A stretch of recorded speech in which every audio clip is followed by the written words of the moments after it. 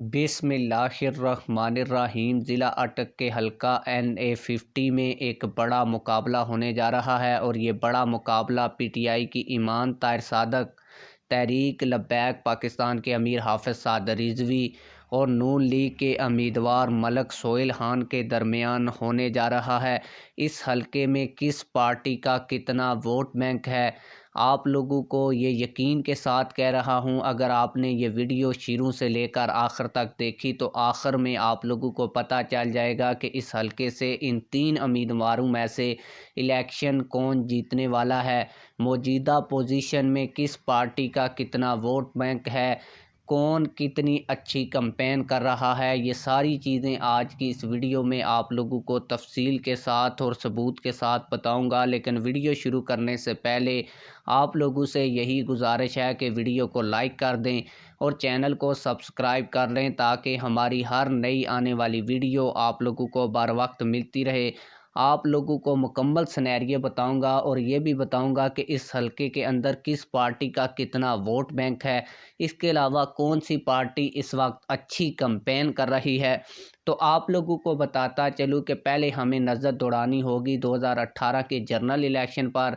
और आप लोगों को बड़ी मज़े की बात बता दूं कि 2018 के बाद भी इस हलके में एक और इलेक्शन हुआ है। और वो इलेक्शन क्यों हुआ है ये भी इस वीडियो में आप लोगों को बताऊंगा।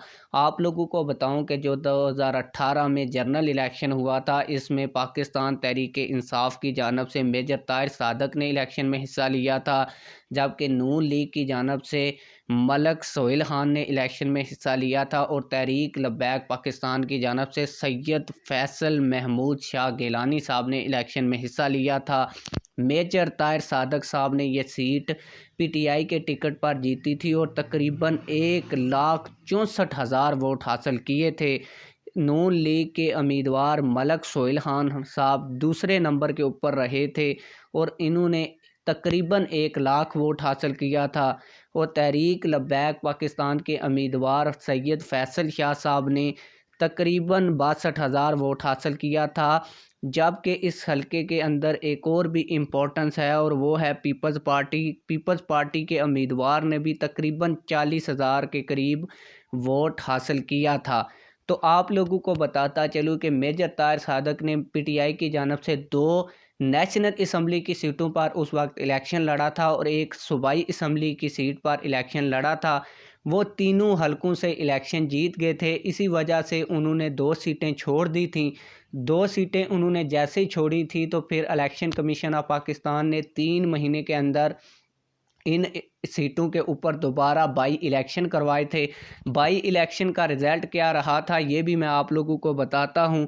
आप लोगों को बताता चलूं कि वो जो बाई इलेक्शन हुए थे 3 महीने के बाद, उसमें पीपल्स पार्टी ने इलेक्शन में हिस्सा नहीं लिया था और पीपल्स पार्टी ने नून लीग की हमायत का ऐलान किया था, क्योंकि उस वक्त PDM जो है वो वजूद में आ चुकी थी। और नून लीग की जानब से जो मलक सोहेल खान थे वो इलेक्शन में हिस्सा ले रहे थे, जबकि पाकिस्तान तहरीक इंसाफ के मेजर ताहिर सादक ने ये सीट छोड़ दी थी और उन्होंने अटक की एक और जो सीट जीती हुई थी वो नेशनल असम्बली की रख ली थी। इसलिए PTI ने अपना उम्मीदवार इस हलके से बदला जो थे मलक खुर्रम अली। तो आप लोगों को बताता चलूँ कि जैसे ही नून लीग और पीपल्स पार्टी ने मिलकर ये इलेक्शन लड़ा तो जो यहाँ पे नून लीग के उम्मीदवार 1,00,000 वोट ले रहे थे और पीपल्स पार्टी के उम्मीदवार 40,000 वोट ले रहे थे, ये कुल मिला के उनके बाई इलेक्शन में जो वोट हैं 1,28,000 बन गए, जिसकी वजह से PTI के जो खुर्रम अली खान थे वो इस हलके से बाई इलेक्शन में ये सीट हार गए थे और उन्हें 86,000 वोट मिला था। क्योंकि जनरल इलेक्शन में आप लोगों को पता है कि हर कोई वोट डालने के लिए आता है, टर्न आउट अच्छा रहता है। और तहरीक लब्बैक पाकिस्तान के वोट भी कम हो गए थे इस हलके से।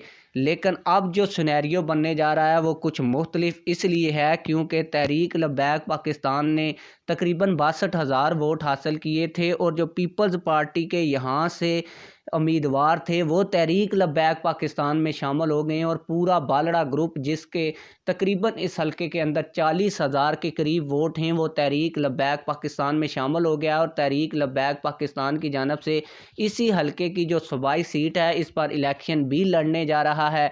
अब तहरीक लब्बैक पाकिस्तान की अगर 62,000 वोटों को पीपल्स पार्टी के 40,000 वोटों के साथ मिलाया जाए तो ये तकरीबन 1 लाख बन जाते हैं।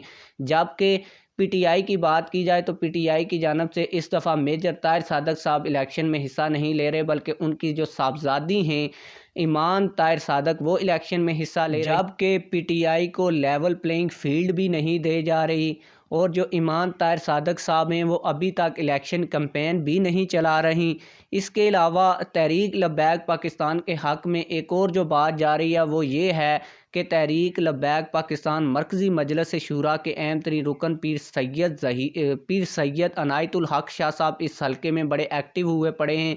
उन्होंने पहले पीपल्स पार्टी के लोगों को तहरीक लब्बैक पाकिस्तान में शामिल किया और जो 2 बड़े आस्थाने पीटीआई के साथ थे उनको भी तहरीक लब्बैक पाकिस्तान के साथ मिला लिया है। इस तरह तहरीक लब्बैक पाकिस्तान के अमीर हाफिज़ साद रिजवी साहब की यहाँ पर पोजीशन बड़ी मुस्तहकम हो गई है और 1,10,000 वोट तक वो इस वक्त स्टैंड कर रहे हैं अगर 2018 की तरह ही वो इलेक्शन कैंपेन चलाते हैं। जबकि नून लीग इस वक्त 1 लाख वोट के ऊपर स्टैंड कर रही है और पीटीआई जो है वो इस वक्त 86,000 वोट के ऊपर स्टैंड कर रही है। अगर 2018 जैसी लेवल प्लेइंग फील्ड उनको दी जाए तो इस वक्त उनका 86,000 वोट है।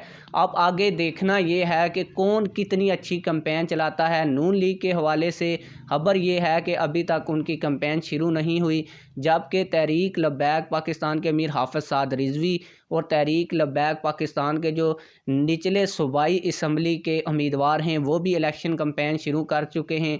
पीर सैयद अनायतुल हक शाह साहब इसी हलके के अंदर मौजूद हैं और इसी हलके में वो बहुत ज़्यादा वर्क कर रहे हैं। उनका कहना यही है कि हम 1 लाख वोट से शुरू कर रहे हैं और 20,000 वोट हमने और हासिल करना है। इस तरह ये जो सीट है ये हाफिज़ साद रिजवी साहब जीत जाएंगे।